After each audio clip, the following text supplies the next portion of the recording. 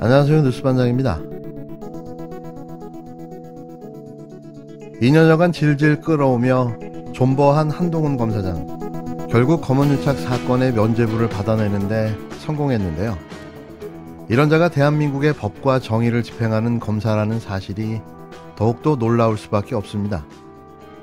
이번에 무혐의 결정을 받은 한동훈 검사장과 또 이른바 고발사주 의혹에 함께 연루된 손준성 검사의 공통점이 하나 있는데요. 바로 수사기관이 아이폰을 압수하고도 비밀번호를 풀지 못했다는 겁니다. 당사자가 스스로 비밀번호를 알려주지 않는 이상 아이폰을 풀 방법이 없다는 거죠. 정말 그럴까요? 아이폰의 비밀번호는 6자리 숫자와 영문 대문자를 섞었으면 무려 560억 개의 조합이 나옵니다. 그래도 이걸 하나하나 입력해보면 되지 않느냐 하지만 또 그렇지 않습니다. 비밀번호를 5번 이상 틀리면 1분 동안 잠겨버리고 그 다음부터는 한 번 틀릴 때마다 5분, 15분, 1시간 순으로 시간이 늘어나며 더 오래 잠겨버리는데요. 10번 이상 틀리면 휴대전화에 저장된 데이터가 아예 영구 삭제됩니다. 그렇다면 정말 잠금을 풀 수 없는 걸까요? 아이폰을 개발하고 생산하는 미국에선 어떻게 하고 있는 걸까요? FBI 같은 미국 수사기관들의 요구에도 애플은 10년 넘게 개인정보를 보호해야 한다며 비밀번호 해제에 협조하지 않고 있습니다. 그래서 결국 등장한 게 민간 업체들인데요. 뉴욕타임즈 보도에 따르면 미국에서 최소 2,000개의 지방수사기관이 전문업체와의 계약을 맺고 아이폰 비밀번호를 풀고 있다고 밝혔습니다. 길게는 몇 년씩 시간이 걸리고 비용도 연간 1,000만 원 이상 든다고 하는데요. 아예 불가능하지는 않는 거죠. 한동훈 검사장의 아이폰도 한때 이스라엘에 보낸다는 보도가 있었는데요. 사실로 확인된 바는 없습니다. 검찰은 한동훈 무혐의 처리와 관련된 보도자료에서 이례적으로 현재 기술력으로는 실효성이 없다면서 수사력의 한계를 자세히 설명했습니다. 하지만 이스라엘에 보냈는지 여부를 포함해 어떤 방법까지 썼는지는 밝히지 않았는데요. 대충 두루뭉실하게 또 넘어가 버린 거죠. 그러면 비밀번호를 말하지 않는다면 처벌을 할 수는 없는 걸까요? 헌법에서 불리한 진술을 거부할 권리를 보장하고 있기 때문에 현재로선 불가능합니다. 다만 디지털 관련 범죄가 늘면서 일부 나라들은 이런 권리를 제한하기 시작했는데요. 그래서 추미애 전 법무부 장관도 이런 해외 사례를 근거로 한동훈 금지법 제정을 시도했던 거죠. 결국 수순이라는 겁니다. 검찰 공화국이 됐음을 만천하에 알리고 본보기를 보여주겠다는 거죠. 까불지 마라. 그러다 다쳐. 검사는 어떤 죄를 저질러도 처벌받지 않는다는 사실을, 그리고 국민들은 티끌 같은 잘못을 저질러도 엄청난 처벌을 받을 수 있다는 사실을 일깨워준 겁니다. 말을 잘 들으라는 거죠. 이런 상황에서 마지막 지푸라기라도 잡는 심정으로 열린공감TV의 강진구 기자가 아이폰 잠금을 해결할 수 있는 솔루션이 있다고 밝히며 박범계 법무부 장관의 수사주의권 발동을 요구했는데요. 박 장관은 과연 그럴 배짱과 용기는 있을까요? 결국 검수완박밖에는 그 답이 없을 듯합니다. 더불어민주당이 검찰과 경찰에 이재명 상임고문과 배우자 김혜경 씨에 대한 수사를 정치보복으로 규정하고 문재인 대통령 임기 중 검수완박에 착수했습니다. 민주당은 오늘 16일 의원총회에서 검찰의 수사권과 기소권 완전 분리를 위한 당론을 채택할 것으로 알려졌는데요. 무슨 일을 이렇게 느려 터지게 진행하는지 알 수가 없습니다. 대체 언제 당론 채택하고 입법 발의해서 국회를 통과시킨다는 거죠? 다음 달 10일이면 윤석열 당선인이 대통령으로 취임하게 됩니다. 그때가 되면 검수완박은 고사하고 줄소환당하고 정치 탄압이 시작될 텐데요. 언론과 방송, 진보진영의 스피커들도 강제로 입을 닫을 수밖에는 없을 겁니다. 정치 탄압과 보복 수사가 임계점을 넘고 있습니다. 검찰의 산자부 압수수색, 경찰의 경기도청 압수수색에 이어 감사원까지 4대강 보호 해체와 백현동 사업을 집중 감사하겠다고 합니다. 최근 경찰은 김정숙 여사의 옷감 논란에 대해서도 조사를 개시했습니다.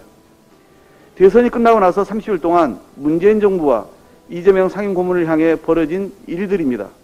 이 정도면 의원도 아니고 알아서 충성하는 것도 아닌 고도의 정무적 기획과 판단이 작동하고 있다고 볼 수밖에 없습니다. 소임을 다 마치고 물러나는 죽은 권력을 향해 무소불위의 힘을 갖춘 새 권력이 임기 전부터 버젓이 보여주는 모습의 아연 실색입니다. 더 이상 부당한 정치 보복을 자시할 수 없습니다. 지금 대한민국에서 검경과 감사원까지 모든 사정기관을 일사불란하게 동원하고 정치적 입김을 넣을 수 있는 곳은 윤석열 당선인과 인수위뿐입니다.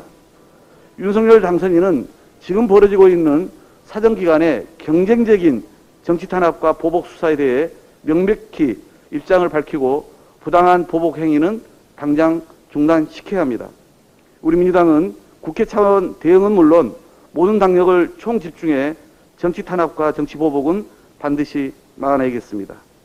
박홍근 원내대표는 8일 오전 정책조정회의에서 검찰의 산업통상자원부 압수수색, 경찰의 경기도 압수수색, 감사원의 4대 강보 해체와 백현동 사업감사 등을 열거한 뒤 정치 탄압과 보복 수사가 임계점을 넘고 있다고 강력 비난했습니다.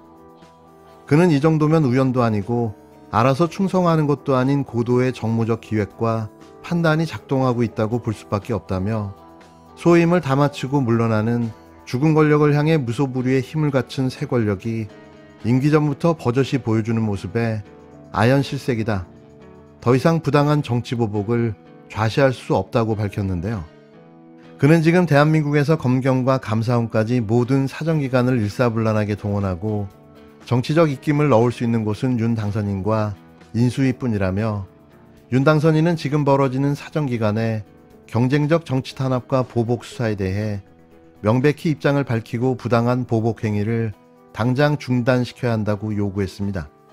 그러면서 민주당은 국회 차원 대응은 물론 모든 당론을 총집중해 정치 탄압과 정치 보복을 반드시 막아내겠다고 다짐했습니다. 박 원내대표는 검찰의 수사권 기소권 완전 분리를 위한 당론을 모으고 있는데요.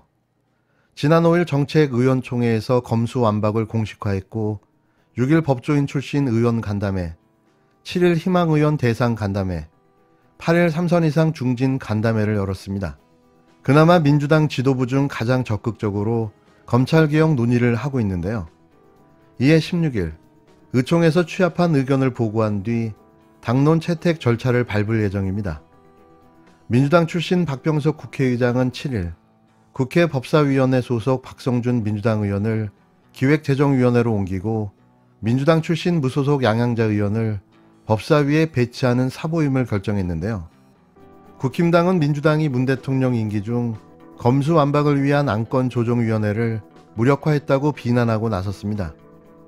사실 이제 수사기소 분리가 더 돼야 된다라는 방향성에 대해서는 이견이 없고 거의 이견이 없더라고요. 신기하게. 예전에는 이견이 좀 많았었는데 이번에는 이제 여러 부류의 의원들하고 나눠서 간담회를 하는 와중에 더군다나 이제 검찰총장 출신이 이제 대통령까지 되는 고침하는 상황이기 때문에 더더욱 그 위기감이 있겠죠.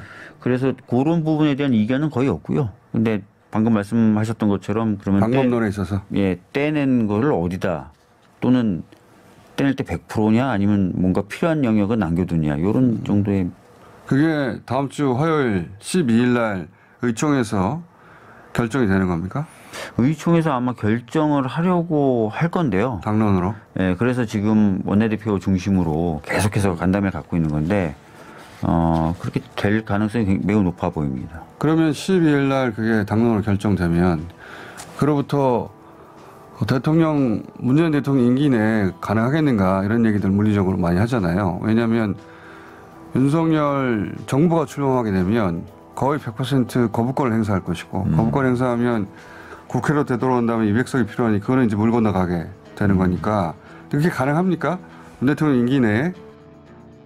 검수완박 의제를 주도하고 있는 박주민 의원은 TBS 라디오 김어준의 뉴스공장에 출연해 수사기소 분리가 더 돼야 된다는 방향성에 대해서는 거의 이견이 없다며 떼어낸 걸 어디다 또는 떼어낼 걸 100%냐 아니면 뭔가 필요한 영역은 남겨두냐 이런 정도의 이견만 남았다고 밝혔습니다. 이런 더불어민주당의 검수완박 추진이 본격화된 가운데 대검찰청이 8일 전국 고검장 회의를 소집했는데요. 대검에 따르면 김우수 검찰청장 주재로 이날 오후 5시에 열릴 고검장 회의에는 서울, 부산, 대구, 광주, 대전, 수원 고검장과 박성진 대검 차장이 참석합니다. 대검 관계자는 대통령직 인수위원회 업무보고가 끝나서 고검장들과 오랜만에 현안 의견을 나누려고 몇 주 전에 잡은 회의라며 검수완박 때문에 갑자기 소집한 회의가 아니지만 현안이다 보니 관련 논의가 있을 것으로 보인다고 설명했는데요. 전날 국회는 민주당 출신 무소속 양양자 의원을 법제사법위원회로, 법무부 소속이던 민주당 박성준 의원을 기획재정위원회로 맞바꿔 사보임했습니다. 이로 인해 법사위 안건조정위원회 구도가 바뀌며 쟁점 안건이 민주당 뜻대로 본회의에 상정될 가능성이 커지게 됐는데요. 이를 저지하기 위한 검찰의 움직임도 본격화된 거죠.